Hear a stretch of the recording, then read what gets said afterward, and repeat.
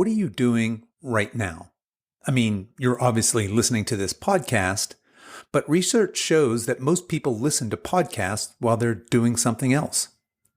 Maybe you're listening to this while you go for a walk or while you're exercising. If so, bonus points for you. Maybe you're listening to this in your car or at home or in the office. But statistically speaking, chances are you're listening to this sitting down. That's because the typical American sits for an average of 13 hours a day. And the typical American office worker sits for an average of 15 hours daily. That's a lot of sitting. Sitting is actually a fairly new phenomenon. We've really only been sitting for about the last 200 years. Before that, our natural resting position would have been a deep squat, a position, unfortunately, that many of us over 50 find difficult to get into and out of, never mind resting for long periods of time in this position. Most of us have heard that too much sitting is bad for us.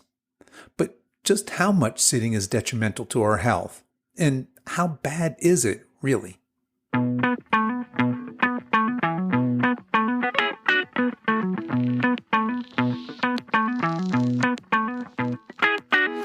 Hello and welcome to the Over 50 Health and Wellness Show.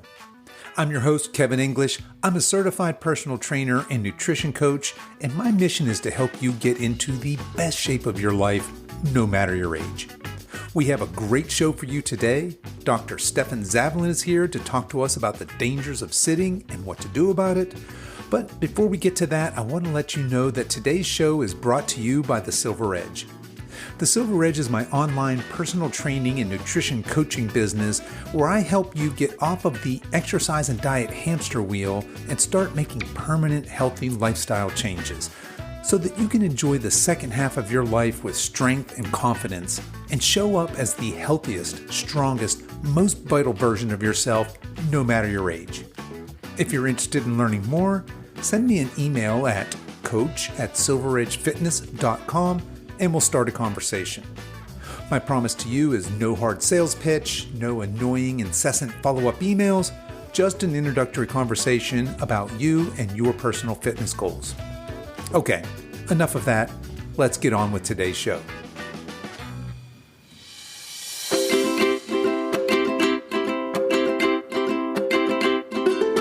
My guest today is Dr. Stefan Zavalin.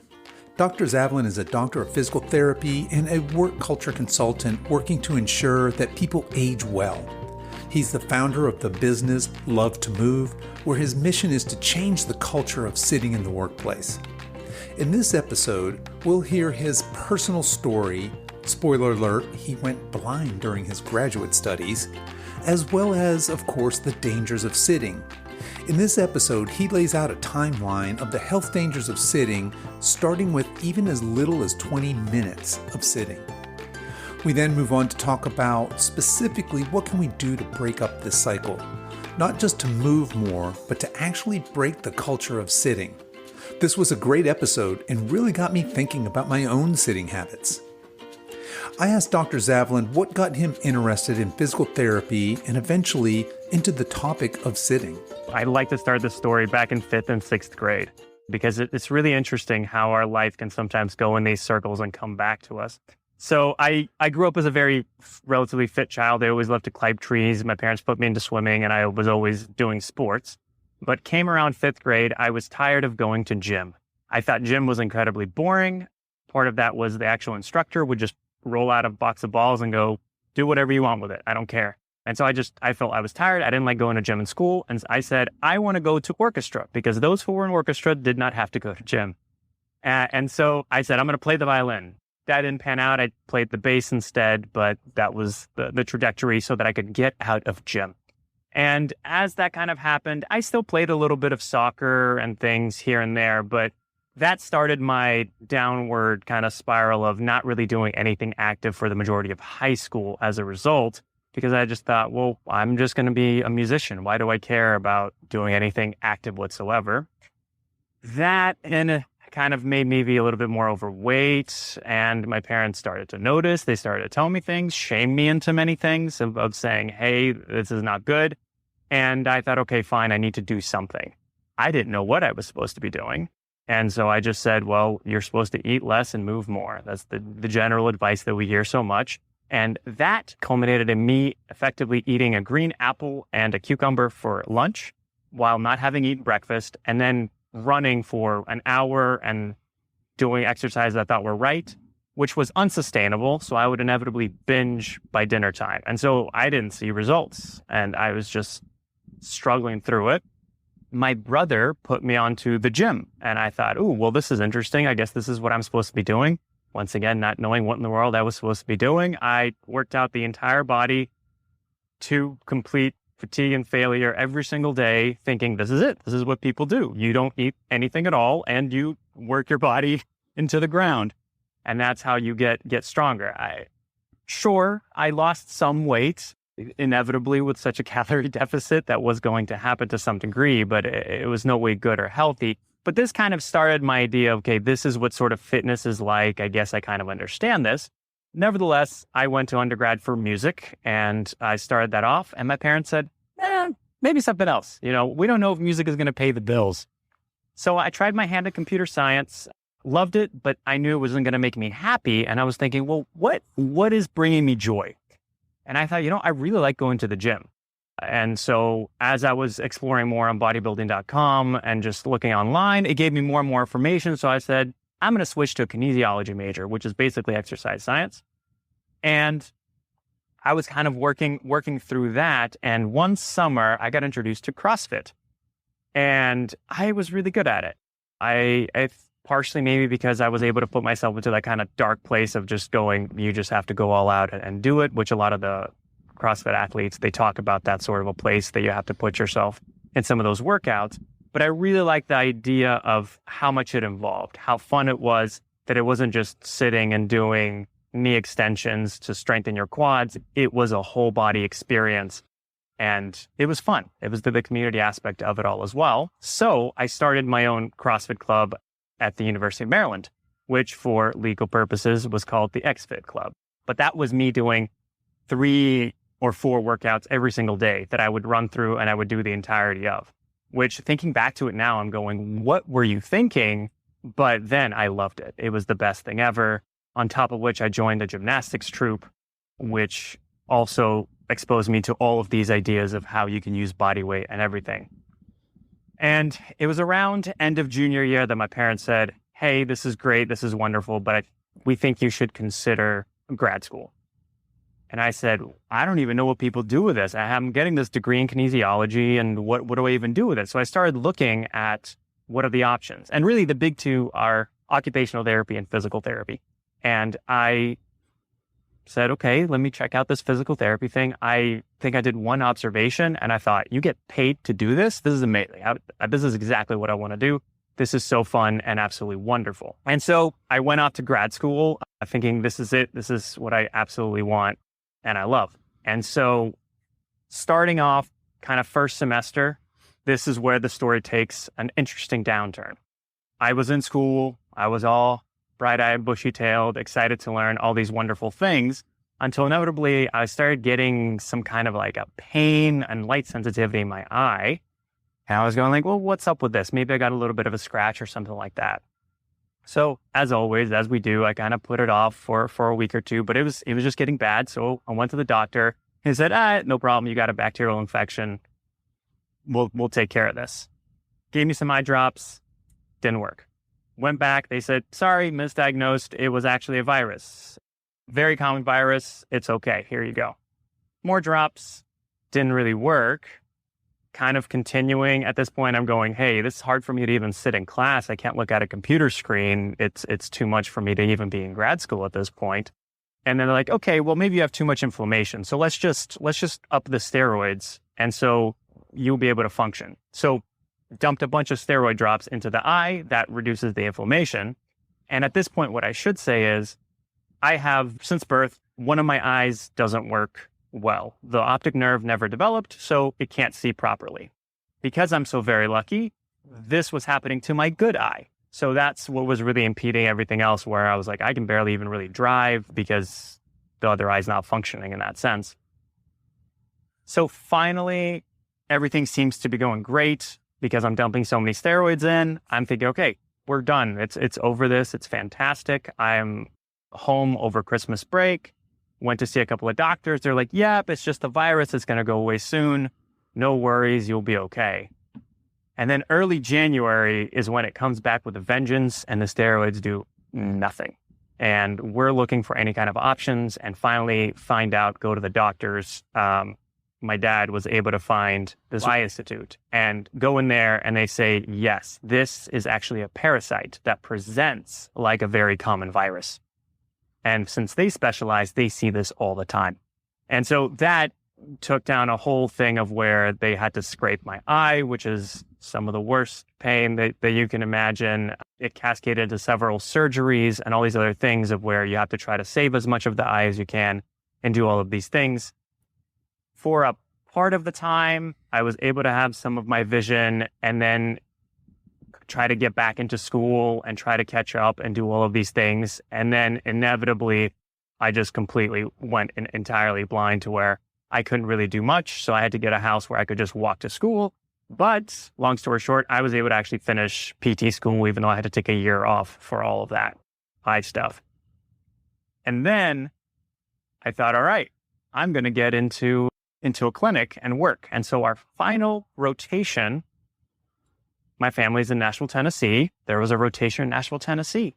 And so I started working for this company called Results, which I still say that I would recommend for my mom and dad to go there. So anybody should go there. The reason I say that is because they're just a step above of using evidence-based things and using hands-on things. Because a lot of times we think physical therapy, exercise, it's more than just exercise. They do a lot of continuing education. So I learned more and more and more. But inevitably, I found that people were coming in. They would say, my neck hurts. And I would go, okay, well, let me work on that. Let's see. All right, what's your posture like? Oh, let's talk about your setup at home. You have 2 monitors and you're primarily turned and looking to the left 70% of the time. All right, I can kind of tell you where the problem is. Sure, I can give you these exercises, but I don't know how much that's going to change unless you change the desk setup. Okay, great. They did the exercises. They felt better. Something like a year later, they would come back. I go, well, what happened? They're like, oh, it's the same thing. And I'm like, well, do you do the exercises? They're like, no. What happens when you do them? It feels better. Why don't you do the exercises? It's the compliment. So what do you want me to do? It's going to be this.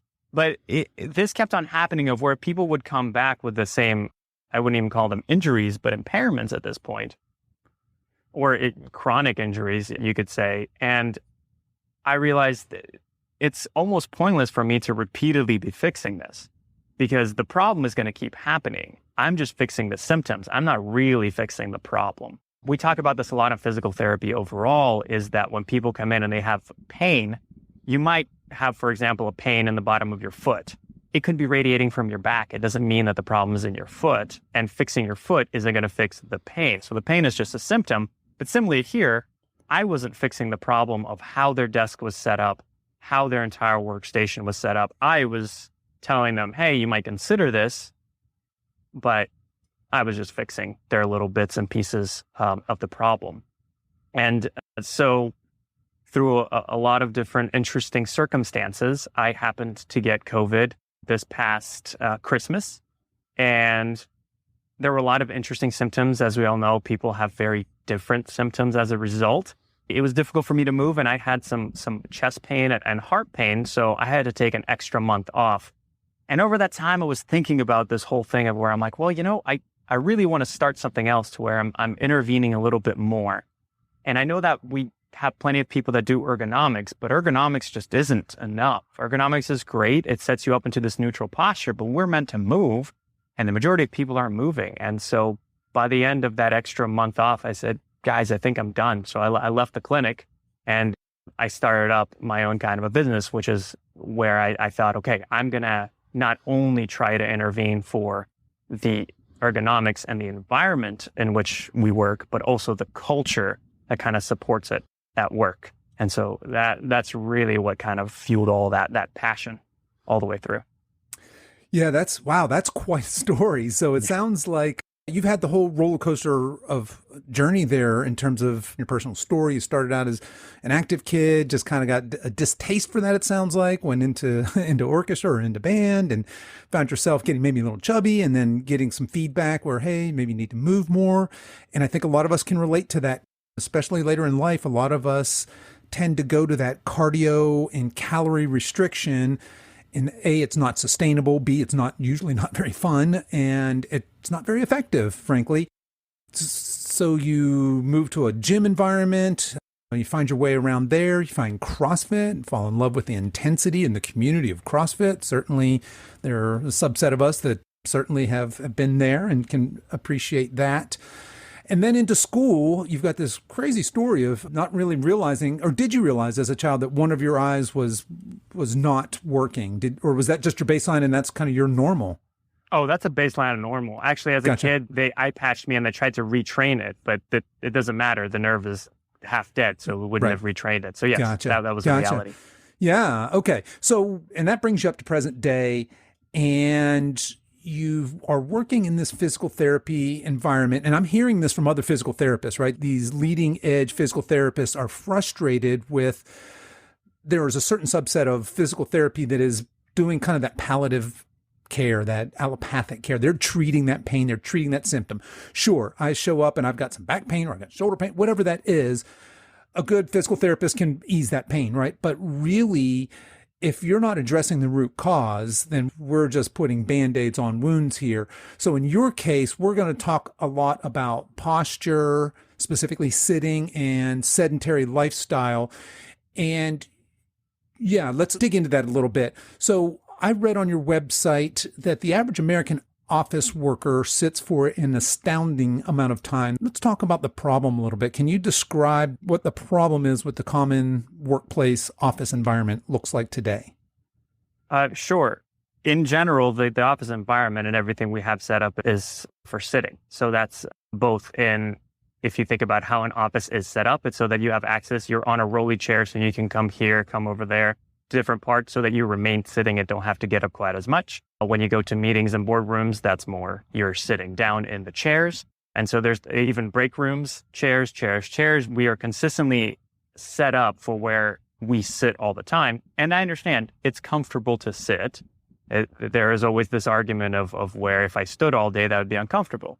Sure, that's fine. But then we don't really promote the person that stands up or the person that goes for, a run in the middle of the workday during their lunch or anything like that. They're the oddball. They're the one that's strange. Why are you doing that? So not only is there the environment, there's also this cultural setup of, okay, that's strange. We have that even in the language that we use. Whenever somebody comes in, we go, grab a seat, have everybody sit down, we'll get started. It's the language is there of saying, let's sit down. That's the only way that we can actually work is if we sit down and get to it. And, don't just stand around, actually get to work. So it's very much just infused into the whole aspect of what we do at work. And there are a lot of different studies as far as the averages. Lately, it's been up to 15 hours. That was pre-COVID times where there was definitely some commute time that was in the middle. Who knows how that's affected things? We don't know if some people maybe now are getting up a little bit more because they're at home and they feel that it's easier for them when they're working remotely. Maybe they're sitting even more because now they don't have to walk to their car, park, and walk any further. So, but it's definitely this consistency of sitting. And the biggest problem is that we're not breaking it up. Some people might say, well, I exercise, I did my hour, and that's not really the problem. The problem is that you sat for that prolonged period of time. Yeah. So a lot of us are sitting for a prolonged period of time, myself included. And those of us that are in the healthy fitness lifestyle, you described that, where there could be people that go, say, 3, 5, 6, 7 days a week for their run to the gym, whatever their physical activity is for 45 minutes, an hour, whatever that looks like, but then sit for the remainder of the day. Let's talk about some of the problems or the dangers of prolonged sitting. What does that do to our bodies? Why is that bad? Sure. And I'm going to try to give it more of a stat line all the way out from minutes to hours and what that ends up doing. This is to say that we need to understand how frequently we need to break this up, and not necessarily to scare people into standing 24/7, because that's incredibly unsustainable. But so even sitting for 20 minutes, there was a study that came out, says that basically the gene expression goes to the point of saying we need to break down muscles. So you're already giving the body the stimulus of, hey, we don't need as much muscle if we're sitting for 20 minutes. So usually right off the bat, and we'll rehash this again, I say try to get up 20 minutes is the most ideal.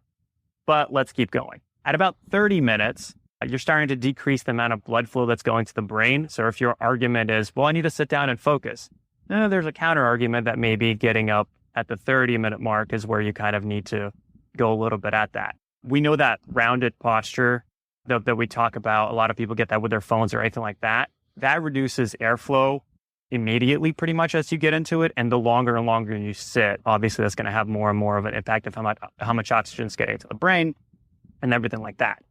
Now, if we get into the longer times, the hours, so sitting for 6 hours or more increases depression and anxiety. Sitting for 8 hours or more doubles cardiovascular disease risk. And then this is the big one that really hits hard, is sitting for 11 or more hours increases risk of premature death by 40%. In that specific study, it was 60% for women. The sample size was a bit smaller, but it was still hundreds of thousands. It wasn't like 70 people that were tested. But the scary part is not the 40% or the 60%. The problem that we need to focus on is that they balanced it for exercise, and the risk was not reduced for individuals that performed moderate or high intensity exercise. So we must understand that it's not about going out and exercising more. It is truly about sitting less. And there's a whole sort of mindset shift that I work on as part of the culture, is that it's very easy. We have a culture of more, more, more. You need to be more productive. You need to do more at the gym. You need to be more of whatever at home. And I'm saying, I think the mind shift needs to switch to, let's try to sit less. Does that mean you're standing up and using a standing desk? Sure. Both of those it's the same idea, but can we shift of what we're thinking about so we're not burning out? Because especially after the pandemic, burnout rates are really getting higher and higher, especially for office workers. Yeah. So thanks for sharing that. That's pretty alarming. The 20 minutes, you're already starting to see some detriments. In 30 minutes, we're starting to decrease. I think you said some blood flow to the brain, and that rounded posture that many of us are in when we're sitting, and certainly when we're on electronic devices, bad for airflow. I'm sure it's not great for the skeletal system and the muscles as well. I know we have, the posterior chain muscles maybe lengthening while other muscles are tightening when we're in these so there's just all these bad things that are happening when we're sitting. And in preparing for this interview, I thought to myself, well, how much do I sit? I'm a pretty active guy. I do have, and I'm standing up. The audience can't see me, but I'm standing up because I do have a convertible desk. So I switch back and forth. But if I'm honest, I spend a shocking amount of my time sitting, even as somebody who's in this health and wellness space. And so just bringing awareness to this is, I think, tremendously helpful. Now, before we go on and talk a little bit about what we can do about this, I want to talk to you about the history of sitting, because I think that, and you already alluded to this in the culture piece, we're just used to sitting, and I hadn't thought about that, but hey, quit standing around, come in and take a seat, let's sit down. We do have a culture that embraces sitting, specifically on chairs, but that's a fairly recent thing in human evolutionary development. Can we talk a little bit about the history of sitting in chairs? Sure. And this is, if anybody wants a little bit of another take on this, you had the episode with Steve Mansfield, who talked about the fact that technology is evolving faster than we have. And there's a great talk on that as well. So as far as history, I've looked into the history of the chair itself, just out of pure curiosity. And we've had the chair around for a long time. I disagree with that. I think it was some Greeks used to have some of the chairs. But here's the catch. Chairs were used primarily for royalty for a very, very long time. And as much as we may consider ourselves royalty, maybe that's not necessarily the best part for us. Also, those chairs were not necessarily very comfortable. A lot of times they were just kind of stone or wood. Cushions came in much later to where it was very comfortable to sit for a long period of time.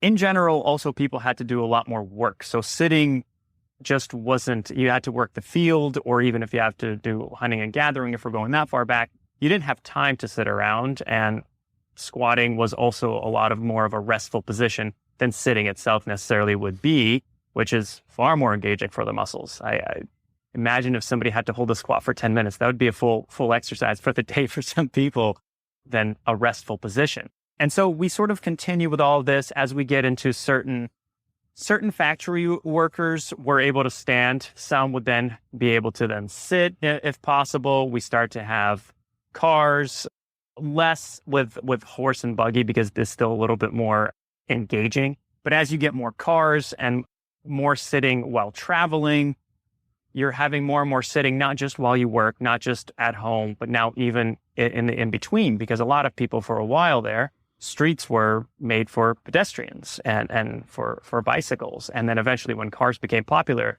sidewalks became for pedestrians and streets became for the actual cars.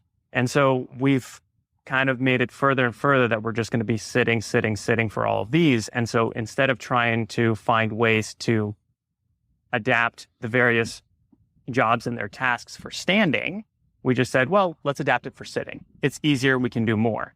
And especially now with the computers and everything else that we can digitally do everything is done sitting. And so people are just going to be sitting down because that's far more comfortable.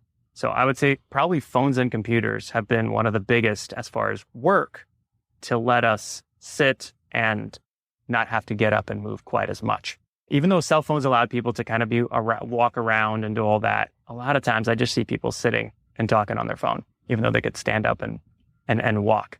So it's kind of been that history and the progression. Yeah, that's fascinating. Thanks for sharing that. And there's a lot in there that I really hadn't considered.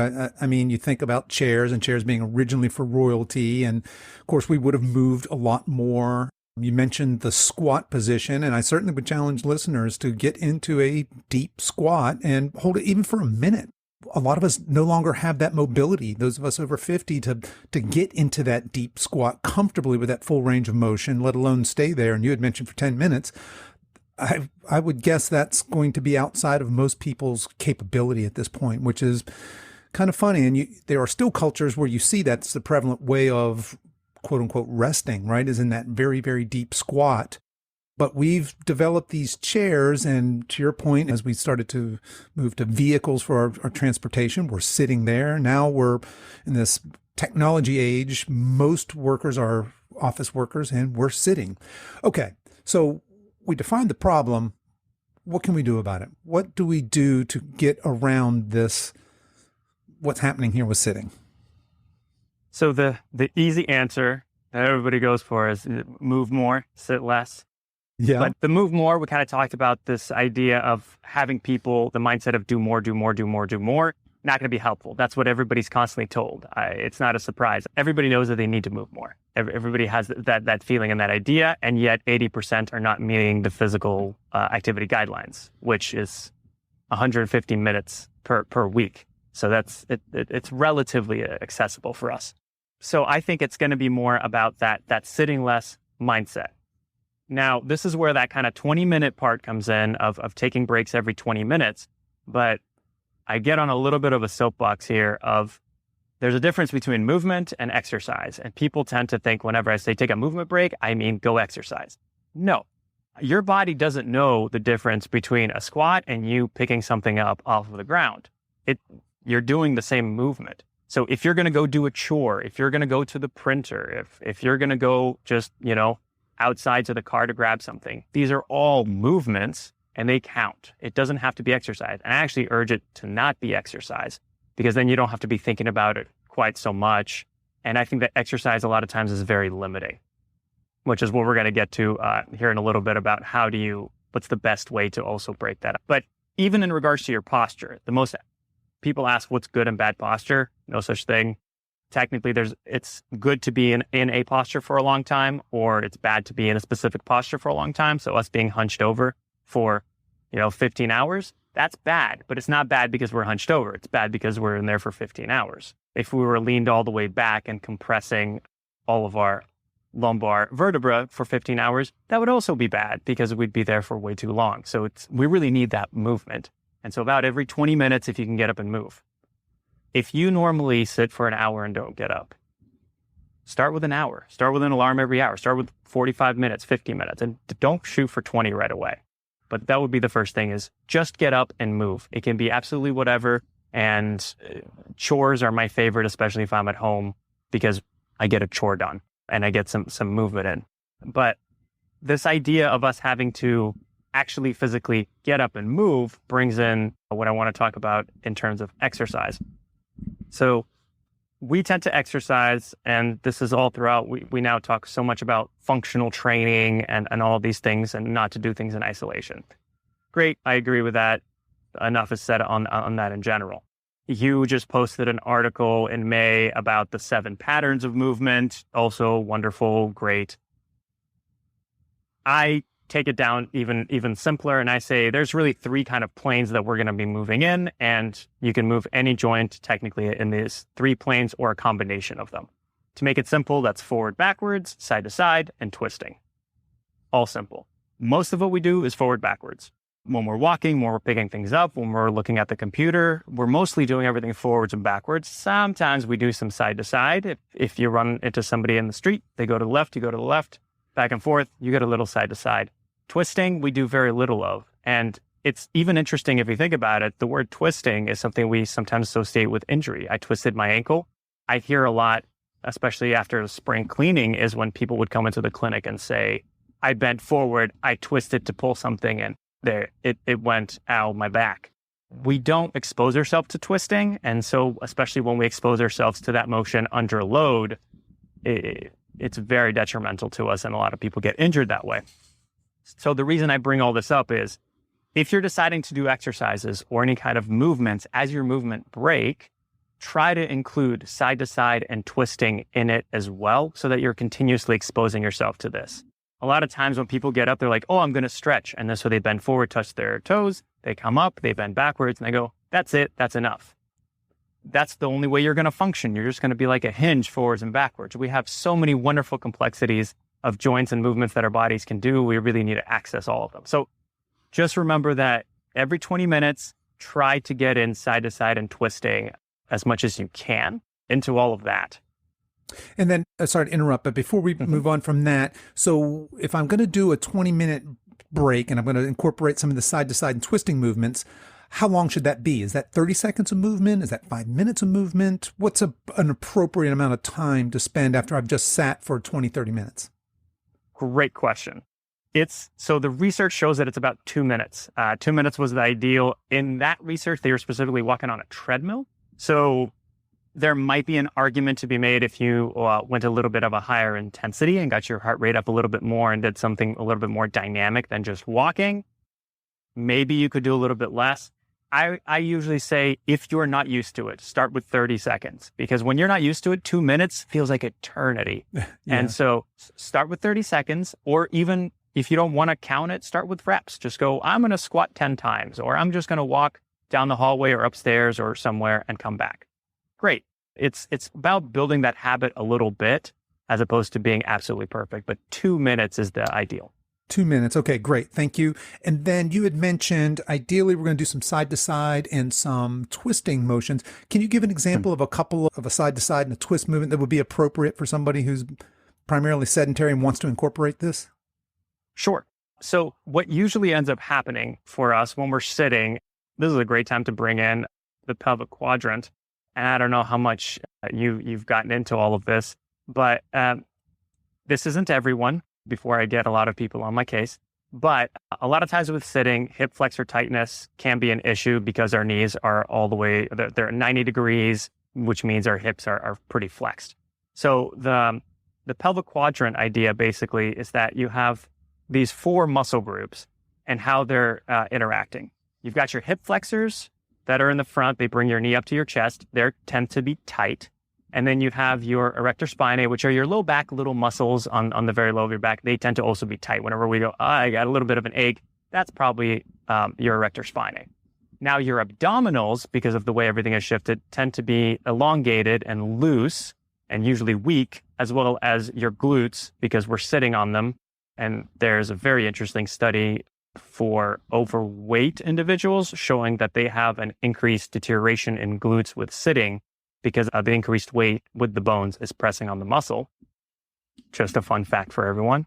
But this creates this basically tilt of the pelvis forward, which a lot of times impacts people in squatting, a lot of low back pain because you might get a little bit of pinching and things like that. The reason I bring it up is probably one of the best things that you can do is make sure that you are moving your low back. Yes, majority of the low back and the lumbar vertebrae are used for stability. They're big bones. They are used for stability, but we still need to move them because if you really don't introduce a lot to them, you're only going to keep on stiffening them up more and more. And with age, we have something called stenosis, which is basically narrowing of that channel, that means that we're bending a little more forward and a little more forward. You were talking about the posterior chain, meaning that people need to train all the muscles on the back side of the body. So having said that, sure, you can bend down, touch your toes, bend back, like we said. Make sure that you bend to the side, bend to the other side, kind of like those wonderful jazzercise videos. You can reach an arm overhead, get a lat stretch in there as well, because we spend most of the time with our arms down, so our lats are going to be tight. So then you can bend to the side that way. And similarly, twisting and twisting. Now, there's a catch with twisting and twisting. When you twist, make sure that your hips are pointing straight forward. A lot of times people will twist and their knees will move. And really all you're doing is you're moving your knees back and forth. And maybe your shoulders are turning a little bit. But your actual spine isn't moving. And so make sure that you either do that or just go as far as you can gently. That's going to be the other part. If you haven't been doing these kind of twists for a while, the last thing you want to do is just snap into it and then send me an email yelling at me that something's happened to your back, or even worse, send an email to Kevin and yell at him on my behalf. So that's going to be the best for necessarily your spine. A lot of great little yoga twists, like where you take one leg over and turn and twist all the way to the side, or even pigeon pose, where that's going to be twisting of the hip, because we're going to be sitting on it for such a long period of time. People tend to keep their knees usually in, and so they're going to have a hard time pushing their knees out. That external rotation for squatting, like we talked about, a lot of people's knees fall in, very common due to the weakness of the glutes, what we talked about already kind of before. So pigeon pose, try to bend side over to the side, reach your arm overhead, and twist your whole body side to side, making sure that your hips aren't moving too much in that twist. So realistically, those are all wonderful things, and that's building habits for. The bigger picture of it all is that we need to alter that environment and that culture that we talked about in the beginning. This is really where a lot more of the play comes into what is your work team like, what is your home life like. Absolutely, you could do this at home, but we'll take it more into that kind of office. Now, realistically, if your office does not support it, if being the one that takes a walk at lunch is you being the oddball, that tells you there's something there that needs to change as far as the culture and the environment, which is only going to support your habits. It's going to make all of that be so much easier. So implementing things like, hey, can we stand up for 5 minutes at the beginning of our meeting? How do people feel about that? Do people want to sign up for a 5K walk or anything like that? Bringing that up. Now, the issue here is that most of us are employees, and we try to bring that up, and the employers go, oh, okay. So it's going to be important to get them on board as well, because they're going to influence the culture a lot more. And if they're the ones driving the change, other people are going to be more likely to take it up and say, okay, wonderful. What I like to use there is a lot of employers will say, we encourage movement. Encouraging movement is kind of like saying, movement is good for you, and we encourage you to take frequent breaks. Great, but you also tell me that I need to have high productivity. Facilitating movement would be saying, we know movement is good for you, so we have put 3 5-minute breaks in your morning schedule. Make sure that you take them for movement. That is more facilitating. Now, I'm using just an example of the 3 and the 5 minutes. It's not that precise, but helping the leaders make sure that the changes are kind of there and bringing that up as a discussion is very helpful. Now, the question always is, well, of course, but what does that do to the bottom line? They really only ever care about money. It actually improves it. Standing for an hour versus sitting for an hour improves your productivity 46%. which is huge. Wow. Yeah, that is huge. If you look at that. Yeah. Treadmill desks, not as much because they have a bit of a learning curve. So don't get too carried away and get everybody in the office a treadmill desk. My favorite quote usually that I like to say with them is, a treadmill desk only works if you use it. So start with the standing. It's a lot easier to just transition with that. And then see what you can do culturally with, hey, I know we have a one-on-one meeting. Do you mind if we, go for a walk while we do this one-on-one meeting? You'll actually find that those are a lot more engaging and a lot more fun than just sitting. Of course, if it's an incredibly private meeting and you have to have it indoors, understandable. But most of the time, you could do it walking. And so it's bringing this awareness to, let's still do the exact same things we've been doing at work, but do them in a standing, a walking, or a moving manner so that we're not sitting quite as much. So this is not saying that, all right, every hour an alarm goes off and everybody in the office does jumping jacks. That's going to be tiresome. And it's not going to be sustainable for most people. The problem of most of the culture and environment being sedentary is still going to be there. So some of the other things that people like that won't come to mind immediately is changing all the front parking to handicap parking so that everybody's forced to park a little bit further away and there's actually more accessible parking for those that really need it if they can't find it. And then use a bathroom on a different floor. That was always a fun one because you get to interact and meet with different people. That one can be a hit or miss depending on how big your company is, how scared you are of the current variants of the virus. Take that. Please use common sense and caution with all of that as well. But it's going to be altering some of those things. Now, it can be sometimes hard to alter cubicles. So if you have a big, like a call center layout, and there are a lot of cubicles and you don't have a lot of space to move, I understand that might be a little bit harder, but that's also where you try to get the leadership involved. And as they see this progression of, hey, productivity is improving, the health is improving, sick absences are decreasing, it's going to follow it because the money really follows along with that.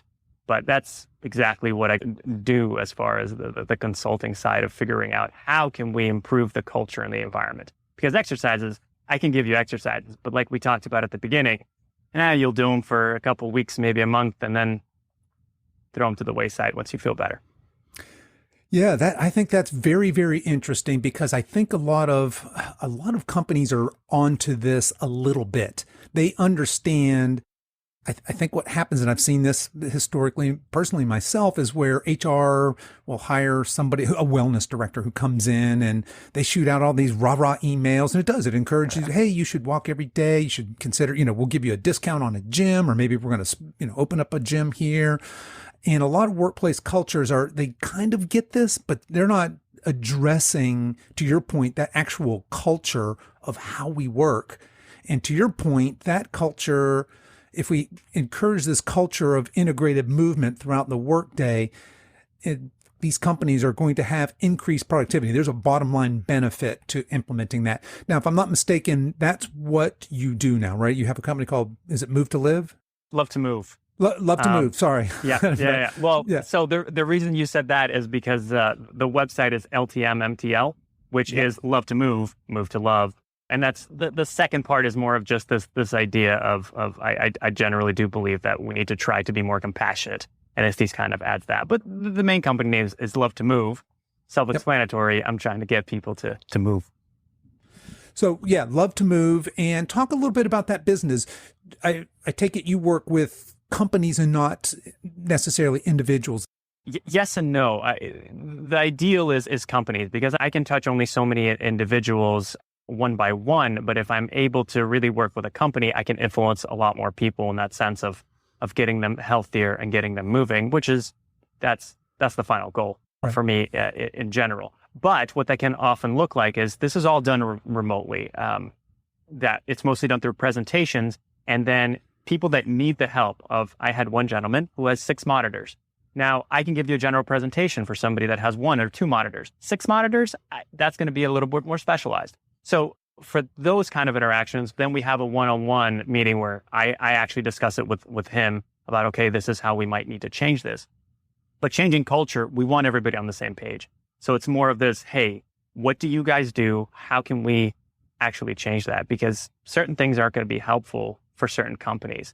I spoke to one gentleman who said, I worked at a company that gave us free gym memberships, and this one doesn't really do. I'm not going to name any companies, but this one doesn't really do any of that. And I said, okay, that's great, but how many people do you think would actually go if it was free? And he was like, yeah, I don't think anybody here would actually probably go. Or those that would kind of already pay for the gym and they already go. It wouldn't necessarily increase. So I'm like, well, then it doesn't benefit you to have a free gym membership. How can you kind of change this awareness of what you need to be doing with it? And so it's finding those ways to implement it. Same thing if we talked about the treadmill desks a little bit. You can buy all this fancy equipment and fancy desks for people. And a lot of people will say, yeah, my company got me a standing desk. And I go, do you use it? And they're like, no, I tried it for a little bit. No, I don't like it. So it only goes so far. Right. Yeah. And I think that we have this, a lot of us, of course, with COVID are now working home. You had mentioned if you're in one of those cubicle type, like a call center type thing, and a lot of those folks are still working from home. And frankly, some of those folks may stay there, right? A lot of these call centers are reconsidering how they do business because the traditional thinking was, well, I'll never have the same productivity if I don't have my folks all here. Turns out maybe that wasn't necessarily true. So, but I think about myself working from home. I do have 2 monitors and I really didn't think about it. I stare at one primarily. So I'm probably just a tiny, if I'm not squared up on that necessarily, or as I turned into the second one, I'm kind of rotating. I have these very repeated, oftentimes static postures, which aren't great. And just having that awareness of that and introducing that culture into my, not necessarily my work environment in my case, but into my home environment, I think there's an opportunity there for a lot of our listeners that are working from home. And as we're hopefully rolling into the end of this COVID-ness, and companies are either calling their employees back or saying, hey, you know what, this has worked out pretty good for you. I know a lot of employers are giving their employees that option of home or work. Some are calling them back. But as we kind of think of these things, we can work to be that culture change, right? I think to your point, it's almost like the doctor telling you should eat less and exercise more, but that's very unspecific. And so for a physical therapist to come on and say, hey, you should move more. Well, yeah, I probably should, but we've gotten some really good actionable advice here. Now, if people are interested in this and they want to work with you, or that maybe they want to point their employers to you, or they are employers themselves, what's the best way for them to get in touch with you? Go on to the website, ltmmtl.com, or you can find me on LinkedIn as well, just Stefan Zavalin. Now, if you are more of the employee that kind of wants to go, I like this stuff, I don't know if I necessarily need to work with you, but I would love all the lovely encouragement and reminders about that. I post a lot of stuff on Instagram about this, and just to help people get on board. That one is _love to move_. And I know now they're going to Reels. So I post some fun parodies and comedies. So I try to keep it light, because I understand that it's not a topic that people absolutely love. And if I just stand on camera and repeatedly say, go move more and exercise, it's not very helpful. Great. And folks, I'll drop all of that into the show notes for this episode. You can find that there. So Dr. Zavalin, what is next for you? What's on the horizon? So much, which is lovely. I'm currently working on a book that is tentatively called Sit Less, which hopefully will be done in time for my TED Talk, which I will be giving in December, on the topic of changing our work culture and how much we need to be moving. That will be in Vancouver. So I'm really hoping for that border to be nice and open by that time, but it looks like it will be. So, and progressing, that is all a very interesting process of writing and talking about all those things. Okay, great. So we'll certainly keep an eye out for the book. We'll absolutely be looking forward to a TED Talk then in December. And Dr. Zavalin, I just want to thank you so much for coming on the show today, sharing your personal story with us, as well as all this great information, because this is something that I'm going to go out on a limb and say it affects the majority of the folks listening to this podcast today, right?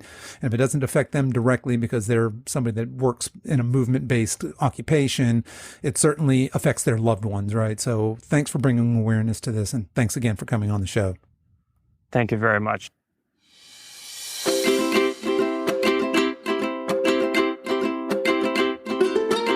Okay, folks, that's our show for this week. I hope you enjoyed today's conversation as much as I did. Hopefully this conversation has you thinking about your own sitting habits, and you got some ideas for incorporating more movement and less sitting, whether at home or in the office. All the links to the resources we discussed in this episode and more can be found over at silveredgefitness.com/episode 73. And you can continue the conversation over there as well.